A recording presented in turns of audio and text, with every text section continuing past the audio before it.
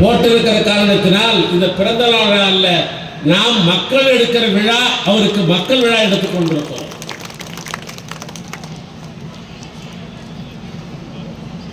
அவர் ஒரு மாமனிதர்.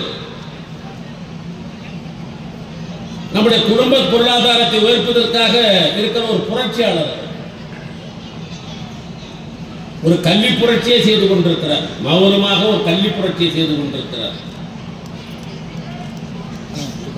நான் குடும்ப பொருளாதாரத்தை உயர்த்துவதற்காக பாடுபடுகிறார் என்று சொல்வதற்கு ஏதோ வேடிக்கைக்காக அல்ல, அவருக்கு போலோரை நிறுத்த வேண்டும் என்பதற்காக கூட அல்ல.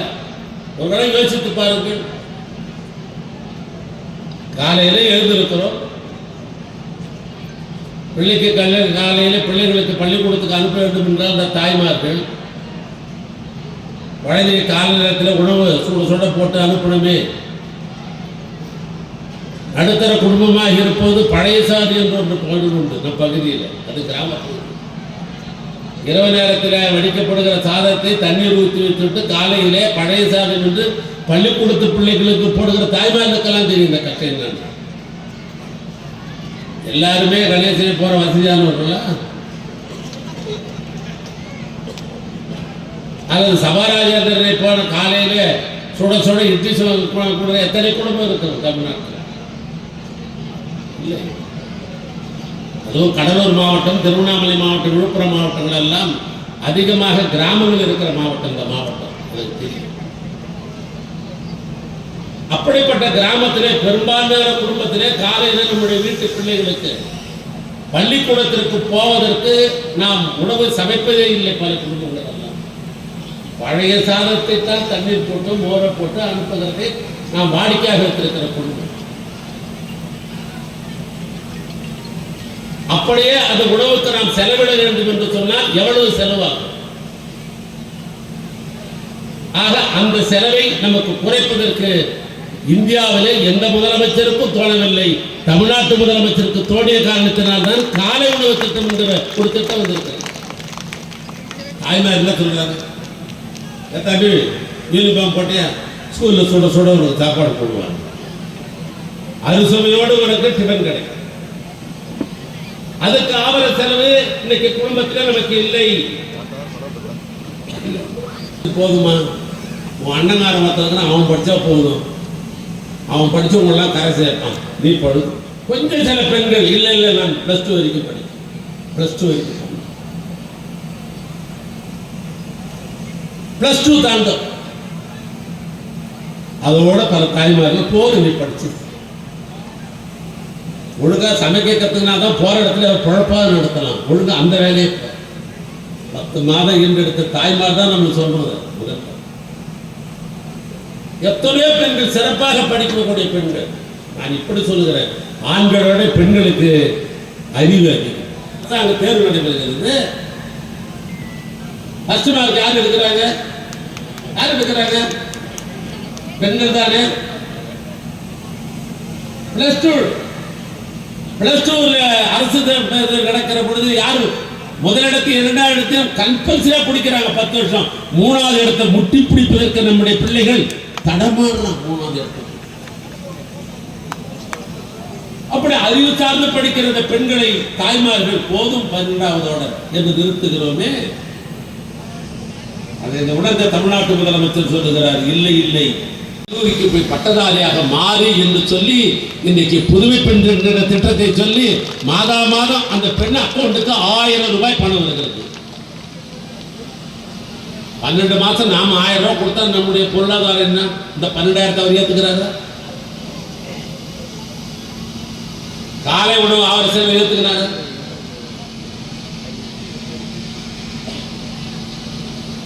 இதோடு மட்டுமல்ல, யாராவது ஒரு ஆணை கூப்பிட்டு வீட்டில் என்னமா பண்றாங்க? எங்க வீட்டு ஹவுஸ் ஒய்ஃப், ஆங்கிலத்தில் சொல்றாரு ஹவுஸ் ஒய்ஃப் அப்படின்னா எங்க வீட்டுக்காரங்க வீட்டில் சும்மா இருக்கிறாங்க. நாகரிகமா சொல்றாரோ வீட்டில் எங்க வீட்டுக்காரமா சும்மா இருக்கிறாங்க. உழைப்பை நான் மதிக்கிறேன், அதனால் மகளிர் உரிமை திட்டம் 1000 ரூபாய் மாதா மாதம் நான் தருகிறேன். 1000 ரூபாய் இந்த சட்டாட்டமே தேவையில்லை. இந்த நம்ப வேண்டிய அவசியமே இல்லை. 1000 ரூபாய் நம்ம மருந்து வாங்கி போட்டுக்கலாம், மாத்திரை வாங்கி கொடுத்துக்கலாம், வீட்டில் பெரியவங்க கார் போட்டு கொடுத்துக்கலாம், பசங்களுக்கு வேண்டிய ட்ரெஸ் எடுத்து கொடுத்துக்கலாம். ஒரு தைரியம் தேவையில்லை. அப்படி ஒரு திட்டம் அதாங்க சொன்னார் ஐயா போட்ட ஆர்டர். இனிமே தமிழ்நாட்டில் எவன் வந்தாலும் எந்த கும்பல் வந்தாலும் அதை கை வைக்கவே முடியாது. இனிமே அது கூடுமே ஒழிய அது இந்த 10 ஆண்டு காலம் நாங்கள் உங்கள் தலைவர் தமிழ்நாட்டை 5 முறை ஆண்ட தமிழ்நாட்டுடைய முதலமைச்சராக இருந்து அறிஞர் கலைஞருடைய திருக்கரத்தால் தர்மபுரியிலே துவக்கப்பட்ட மகளிர் சுயஉதவி குழு. இந்த 10 ஆண்டு காலம் நாங்கள் மகளிர் சுயமாக கடன் பெற்றோம், கடன் வாங்கினோம், திருப்பி கட்ட முடியல. நாங்கள் செய்யற உற்பத்தி பொருள் வியாபாரம் நடக்கல, வட்டி மேல வட்டி ஏறி போச்சு.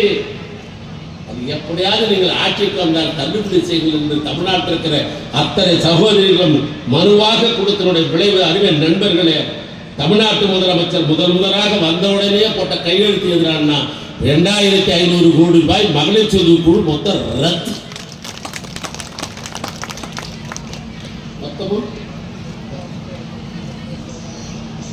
காரில் வரும்போது தான் சொன்னார் எங்க சபாராஜன்.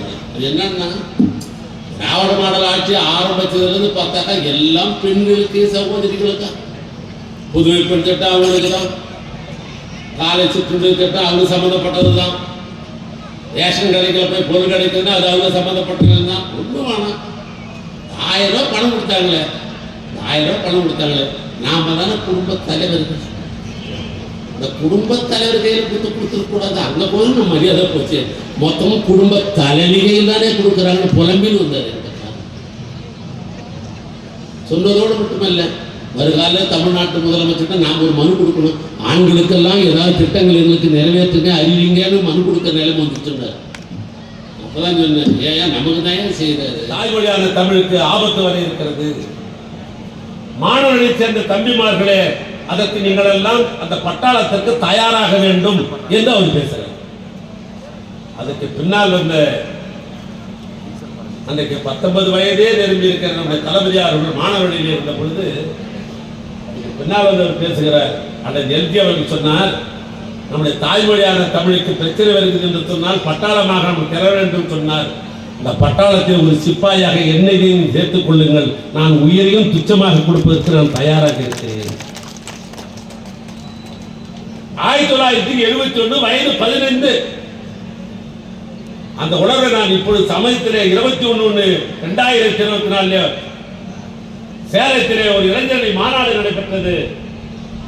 அதில் 7 லட்சம் பேர் கூடினார்கள். கடைசியாக முதலமைச்சர் உரை நிகழ்த்துவதற்கு முன்னால் உரை நிகழ்த்திய தம்பி உதயநிதி ஸ்டாலின்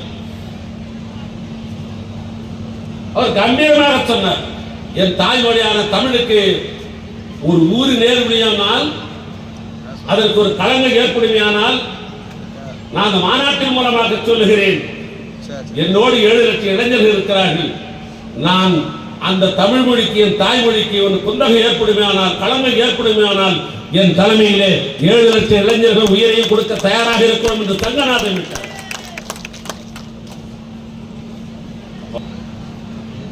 தமிழ்நாட்டில் மீண்டும் பெரியார் பிறந்திருக்கிறார்.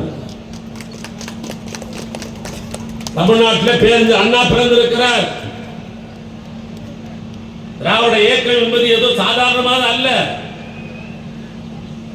திராவிட இயக்கம் என்பது 5 தலைமுறைகளை கொண்ட இயக்கம். இந்த திராவிட இயக்கம் நம்முடைய மூலவர் தந்தை பெரியார், 2வது தலைமுறை பேரறிஞர் அண்ணா, 3வது தலைமுறை நிஜமெல்லாம் இருந்திருக்கிற அன்பு தலைவர் கலைஞர், 4வது தலைமுறை தமிழ்நாட்டுடைய முதலமைச்சராக இருக்கிற தளபதி. திராவிட இயக்கத்தின் 50 ஆண்டு காலத்துக்கு கொண்டு போவதற்கு 5வது தலைமுறையாக தம்பி உதயநிதி ஸ்டாலின் பிறந்திருக்கிறார். தைரியத்தை நான் பாராட்டுகிறேன். பெரியாருக்கு என்ன தைரியம் இருந்ததோ, எவ்வளவு துணிச்சல் இருந்ததோ, அதை நான் இன்னைக்கு மேடையிலே நான் பார்த்துக் கொண்டிருக்கிறேன். ஆனால் தூத்துக்குடியிலே பேசிய பிரதமர் என்ன பேசுகிறார்? தமிழ்நாட்டுக்கு அவங்களே ஏதோ திட்டங்கள்லாம் கொண்டு வந்ததை போலவும் மாநில அரசாங்கமே தடை விதிக்கிறது, தடையாக இருக்கிறது அவருடைய